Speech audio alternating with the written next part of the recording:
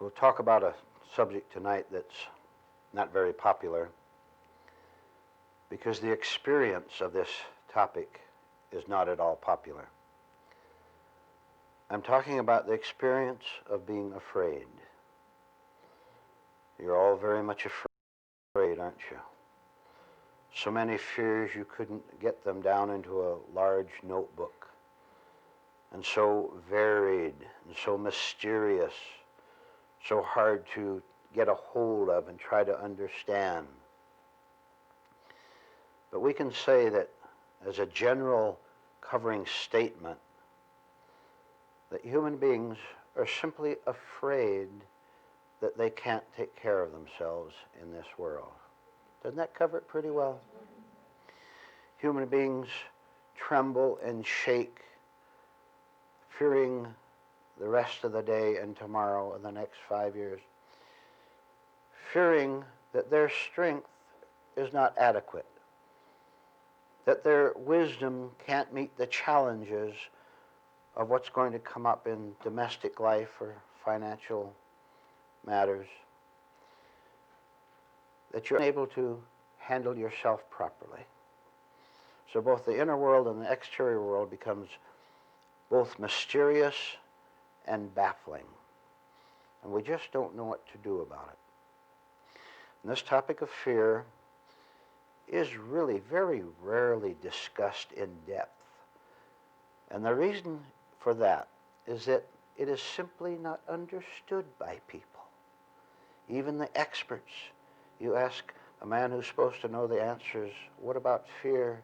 And he will give you an answer, but I will almost guarantee you that that man is afraid himself. But if he has an image of being someone who's not afraid, who has conquered fear, if that's his image, then he must try to live up to that. But he'll go home scared and lonely like everyone else. I will tell you from the start, fear of all kinds, no matter what your fear is tonight, what dozens you may have, I will tell you that every single one of them can be dissolved in the light of higher understanding. Now there it is. Start with that while we proceed. We're even afraid that truth is going to harm us. Listen to that. Truth, reality, God, which is trying to take away our trembling, our anxieties. Truth which is trying to take it away from us, we fear it. We even think that truth is accusing us. People who come to a lecture like this for the first time, and at certain times certain things are said to them, they think they're being accused. You're not being accused of anything. No matter what you've done, you're not being accused. How does that help you? To slander you and tell you all the wrong things you've done, fallen victim to in your past, how does that help you? What reality tries to do is explain your actual condition to you. And in that explanation is the answer that will set you free from these haunting feelings that you have, from looking out at the world and crouching back from it, hoping that today you won't get hurt as badly as you got hurt yesterday. So even the truth, which we don't even know, when it tries to present something to us, we push that away, blanketing it, thinking that it's going to hurt us like everything else seems to hurt us. Now I want you to follow what's going to come next, because here is a truly spiritually scientific explanation of fear. All fear. No exceptions at all. You think of something that you're afraid of tonight, right now, or afraid of today, or have been afraid of all your life. And the process that I'm going to explain to you now is the answer to that. And 10,000 more. It will free you of fears that you're not even aware of yet, that are so deep you haven't brought them up where you can even suspect that they're there. Here it is. We see or hear an event out in the world or inwardly. but we see or hear an event. That event arouses a reaction, does it not? It arouses a thought. You meet someone, you meet a strange situation, you're watching a television show, and you have all these thought reactions. The event, the thought, and then comes the problem. As thought gets active and starts to move along, it runs right into the jungle of uninstructed and immature feelings.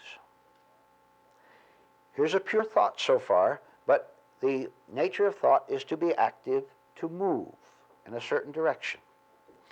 And when it goes to a certain point, it falls into the trap, the attack by immature feelings, emotions, moods, likes, dislikes, and the thought is distorted and defeated in its purpose, its true purpose, right purpose, of going on through to where it fades out of the mind naturally. You've seen thoughts come and go, have you not? So it's when a reactive thought starts to move that it falls into trouble with an attack by immature, that is, emotions that don't understand, low-level emotions, low-level feelings, and the individual shakes. Now, a little deeper into that. When he starts to shake, when the woman starts to shake, because the thought has been captured by feeling, it is because the individual has allowed himself to be separate from his true nature, separate from reality, separate from God. This thought is the prodigal son that has wandered, and the wilderness is the negative emotions, and the person trembles because he knows, he senses that he's apart from where he really should be, which is in harmony with his own essence. So we become afraid when a thought, which is pure at the start, a reaction to something, is taken over by self-centered feelings so that the thought itself gets all mixed up and joins the emotions, and now we have two things going against us. And all this is happening inside of us. You see, not once in this process have we attributed any power, any authority, any evil even, to the challenge that came from the outer world. Someone screamed at you down at work. The problem wasn't in that person's scream, it was in that you took the reaction, the thought went into it, the thought traveled along, and you, because you're not alert, because you can't see yet inwardly, which we'll get to in a minute, because you can't see inwardly, the thought was captured and distorted. The completion of the thought from the very beginning to the end, passing right through the negative emotions, not being affected by it, the completion of the thought is a successful inner journey. Here's the parallel. Imagine a young soldier stationed at a fort way out in the isolated prairies and hills, Army fort in the days of the early West.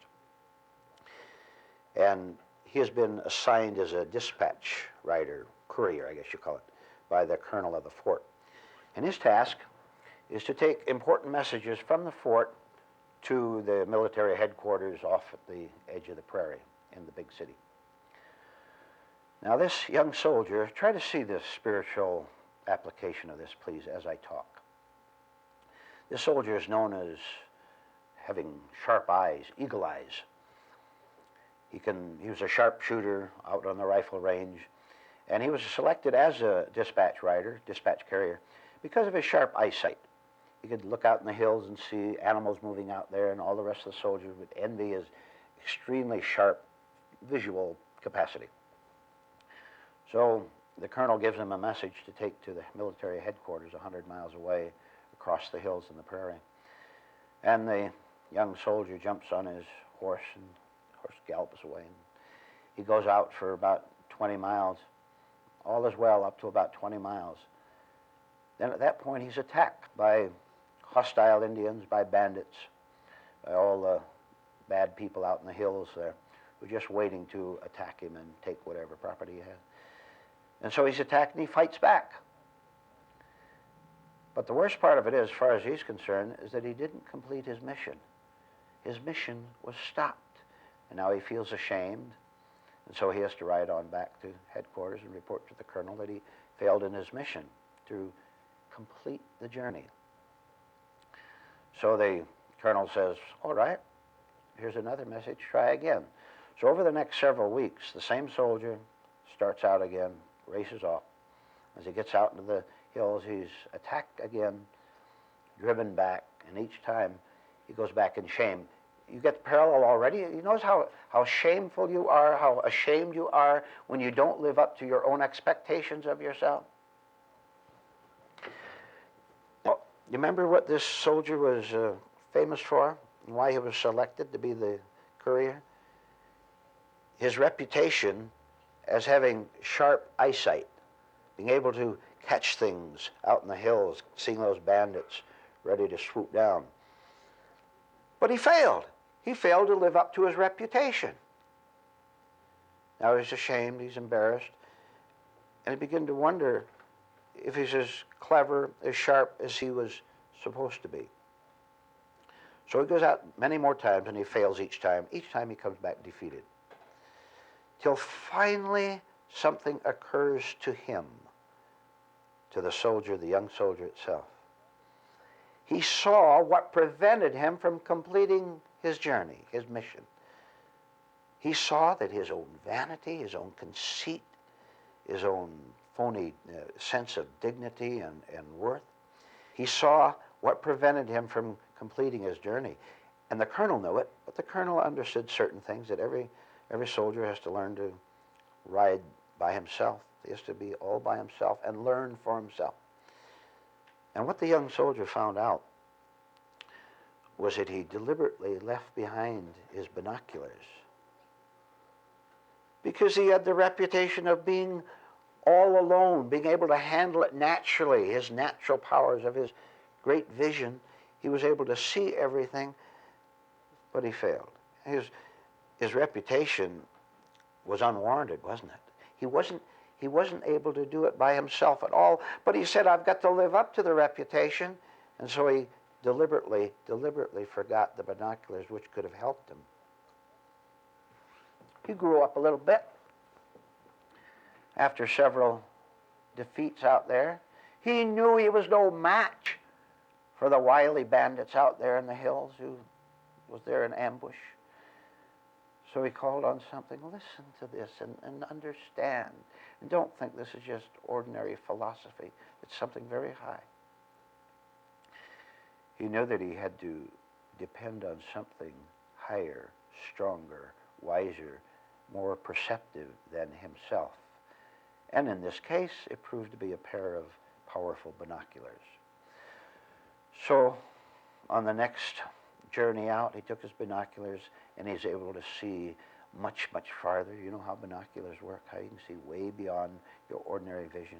And this time he was able to catch the bandits as they were coming. You know that, by the way, a little side thought, that when you look through binoculars at night, that it lightens the night? It collects light in some way. You not only see farther, but it's lighter in the vision, in your vision through the binoculars. So by using something that was more powerful than his own eyesight, he made the journey successfully. What's higher than your ordinary strength? When are we going to take and see that our vanity, our reputation, how many of you think you have a good reputation with other people? What's your reputation to yourself?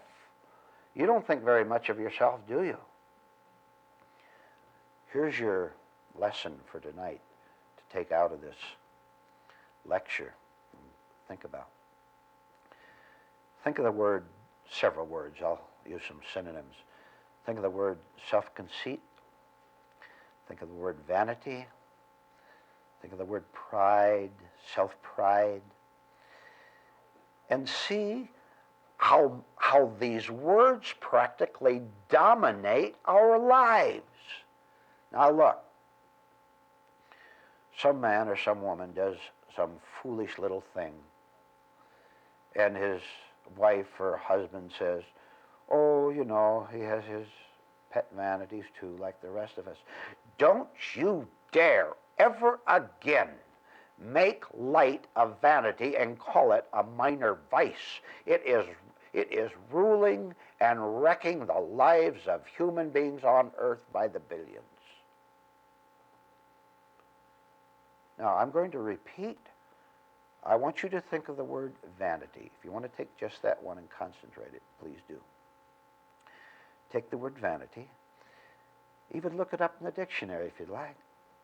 And then you see where your vanity, where you have a certain reputation to yourself. Maybe the people don't think much of you, but look how you praise yourself. And you see how your vanity is preventing you from seeing that you're your own worst enemy, how you've been depending on yourself, how you can't indeed take care of yourself. And that will be the beginning of you saying, I don't understand what it's all about, but I know that I can't complete the ride for myself. The young soldier is a thought, correct? The bandits are emotions. The binoculars are something higher and stronger, a cosmic vision. And if you suspect and fear, if you fear that you're going to get attacked by those bandits, you will get attacked by them. Because the very fear means that you're still in the state where you're attracting them, where they are stronger than you are, because you're not depending on a power, a vision that is stronger than your own. That young soldier had to go through some destruction of conceit, didn't he? See the reputation he had? Besides, do you really think that other people think as much as you think of yourself? We like to think so. I wonder if they say things behind our back that they don't say in front of us. Do you suspect? Do you talk about people behind their back? From now on, you will see the great power, false power, by the way, of destruction in being vain. Vanity means that you think you can do it all by yourself. If you could have, you would have. Correct? If you could have, you would have. And you would have come into this room in a different way here tonight. See how covering quite thoroughly and in a special way the topic of fear. As long as you think you can make the ride all by yourself and go to the other end of it all by yourself, you're going to be afraid all along the way. There is no fear when you can see. How can there be? Seeing, the soldier saw through the binoculars, he could see the bandits a long ways away, couldn't he? Once he saw them, he knew how to act. You don't know how to act yet. Instead of casually and easily riding away from the bandits of negative emotions, you ride toward them. Because you still like them. You like the feeling of them. How about giving up that love? How about giving up your fondness for being attacked? We've talked about that subject before too. The very peculiar fondness that human beings have for being victims. If you don't think you like to be a victim, if you think that doesn't apply to you, watch how often you get your feelings hurt. Why do you ever get your feelings hurt about anything? You tell me. Because you think that you can cross the prairie and the hills in this negative world all by yourself. You think it, but you don't know it. There's something right, not wrong, about any man or any woman admitting that you can't take care of yourself. Why don't you admit it? It's a fact. You cannot take care of yourself, and you know it. You can't stand alone. Oh, you say it and you quote phrases that you read in a book somewhere. Do you or don't you actually, factually stand alone in this world? If you really are doing it, you will know it without thinking about it. And if you even have a little argument inside of yourself right while I'm talking and saying, why does he say that I'm not standing alone? Well, I'm the most independent man I know. Why did you have to say that? Why did you have to convince yourself that everything is all right? When everything is all right, when you have those binoculars, you don't think about it. You will act purely when the challenge comes up from the outer world, and that thought won't be captured. When the challenge comes up, something comes along, you know you are not in danger. Now you know you're in danger, don't you? You think you're in danger, and that's true. You're in danger from your own ignorance of what life is truly all about. You're in danger from your own refusal to see what life is all about. I'll ask you this question then right now. Right this evening, as you're listening to this, does your life make sense or doesn't it make sense? Your life does not make any sense at all, and you know it. Now look, please, you're not being insulted. You're not being told you're inferior. You are being told very, very definitely that you're deceiving yourself.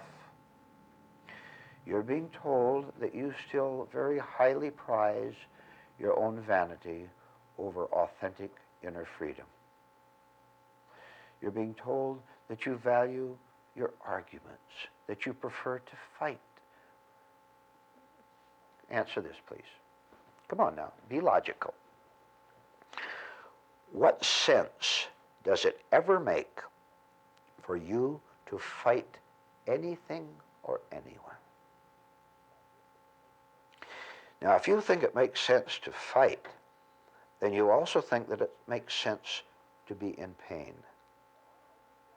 How far are you going to go with your illogic?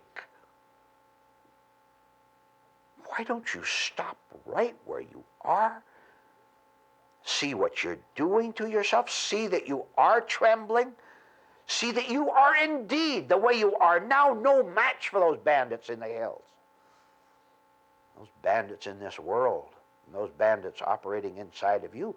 Why don't you simply see that you're no match for them? That they can scare you now. Of course they can scare you now, because you don't see and understand life.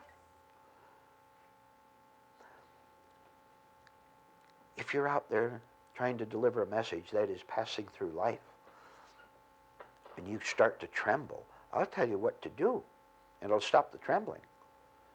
You turn that horse around, and you gallop on back to the fort as fast as you can, and you run to your room, your head sleeping quarters. You go get your binoculars, and you put those on the saddle, and then ride out. This is the end of all fear. Again, what were you afraid of today? Did you notice any, or did they just pass unconsciously through you? Are you watching what's going on through you all day long? 1,000 fears, some of them very subtle, some of them out in the open. Anything that you've been afraid of all your life. Remember when you were a little boy, little girl? Remember how you started to tremble then? Then you learned how to conceal it, how to fake it. Because you saw other people, big people, faking it. You said, all right, if I'm afraid, then I guess I'll be afraid. And the thing to do about it is to cover it up. For example, saying, I'm not afraid. Lie about it. Lie about it. Just lie about it. Say, I'm not afraid. And all the time you're saying not afraid, your hands are going like that. Your mind is going 1,000 miles an hour. Your feelings are quaking. I'm here to tell you that's not necessary. You don't have to do it anymore.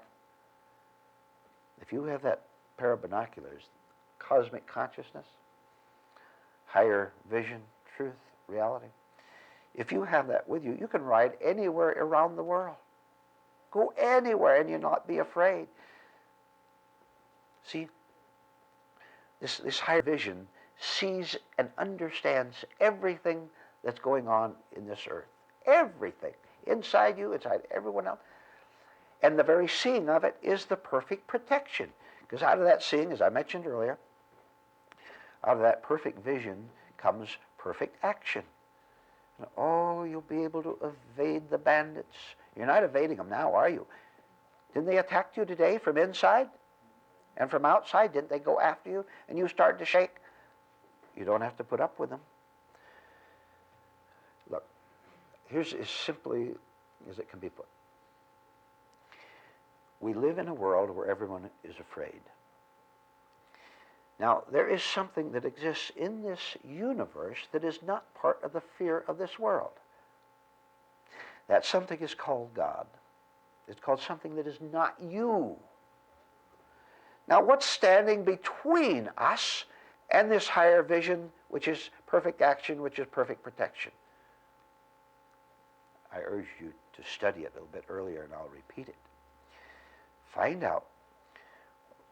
Find out if your life is making sense. Be honest about that. Say it makes no sense at all to be afraid of my spouse, to be afraid of the economic system, to be afraid of anything at all. That doesn't make sense. And now you look and see where your hardness, where your vanity is preventing you from saying, your vanity is preventing you from saying, I'm authentically scared. There's nothing I can do about it. There is nothing I can do about it. There never has been. And then you remember what you've heard. That what you can't do for yourself, something different from you can do. Now, you've never known anything different from you. You've just lived with your own memory, your own vibrations, your own pains. I tell you, there is something else. You will find it when you give up your ideas about yourself. See, you have no sight now. You're too afraid, too trembling. You can't see and understand when you're trembling. Go back. Bring the binoculars, higher truths. And I absolutely guarantee you that if any challenge comes along, bandits close, bandits at a distance, you will spot them and you will know what to do. They'll never be able to touch you. Never. Nothing can touch you anymore. The ride is free, and you'll ride all the way to the other end. And when you arrive there, you'll understand everything that we've talked about tonight.